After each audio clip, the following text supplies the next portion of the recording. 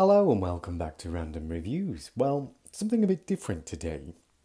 Instead of the usual reviews we're going to do, we've got lots more videos coming up soon. So if you haven't subscribed to the channel already, please subscribe and click the notifications button. Today we're going to be making some homemade wine from concentrate. We're going to be using orange juice from concentrate. This was around 55p per carton from Tesco, so that's £2.20 for the orange juice. The pineapple juice here was, I think it was 90p per carton, so £3.60 there. We got some brewing sugar, which we got from Boys. I think it was around £2.50, something like that. And I've got some extra sugar there, which was 57p, I think. We're going to be needing a couple of demijohns. We've got some universal wine yeast, which I got from Boys as well. I think it was £1.25. I've got some wine finings that I've had in the cupboard for a while. I've also got some beer finings there. Things I had in my cupboard already. I've got a couple of oranges.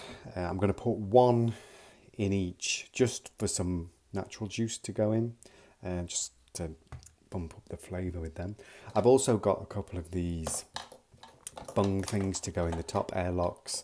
I'm going to give them a good sterilise. I've already sterilised the demijohns. I'm going to give the airlocks a sterilise as well. I have some Camden tablets that I've been using to sterilise with. I've got some yeast nutrient. Now while I was at the supermarket, I bought some yeast extract because I didn't think I had any yeast nutrient, but I do have. So I found that in the cupboard, and I've got a couple of them actually.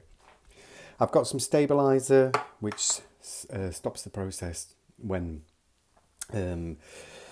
the fermentation process has stopped. So that's what I've got.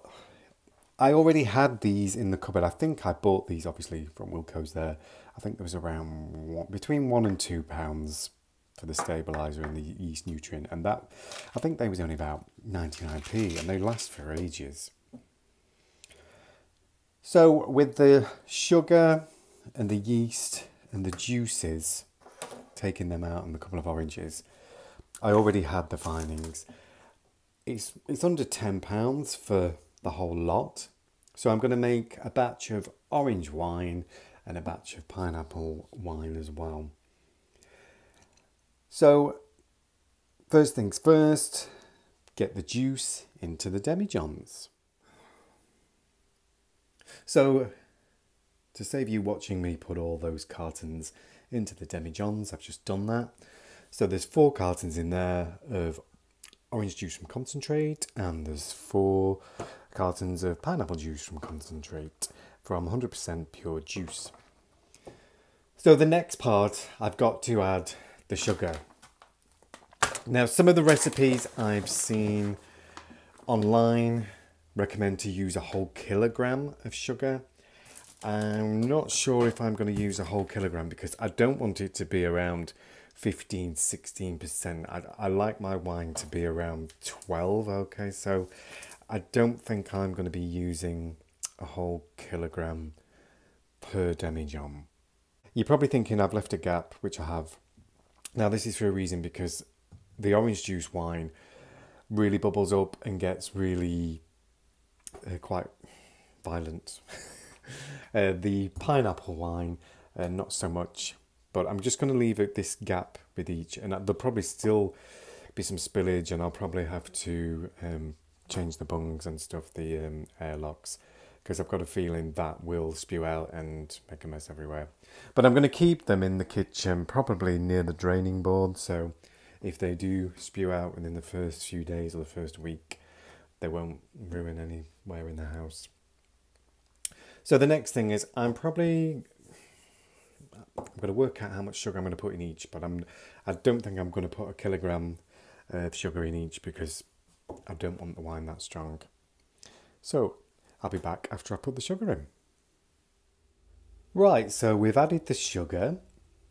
Now, adding the sugar did make the liquid come up to about here on the neck, so I've tipped a bit of liquid out on each one just for this fermentation process, because I don't want it to be a mess if I don't have to. Okay, so I've added the sugar. I've gave them a good shake up. As you can see, it's settling again at the bottom. I decided not to use the full kilogram in each bottle. I've used about around 750 grams roughly in each one. So I'm going to see how that goes. Now next we're going to add the yeast nutrient. So I'm going to add a teaspoon of that next. Okay. So I've just put the yeast nutrient in. I put 1.5 teaspoons into each one. Next I'm going to add the wine yeast. So I've just added the wine yeast for both bottles. I'm now just going to put the rubber bungs in the top and give the bottles a bit of a swirl round, not a shake, just a swirl round. And then I'm going to put the airlocks in the top. So I've now just gave the demijohns a bit of a swirl round to just get that yeast mixed in. I'm now going to put the airlocks on and put them somewhere in the kitchen. Kitchen's the warmest place in the house at the minute.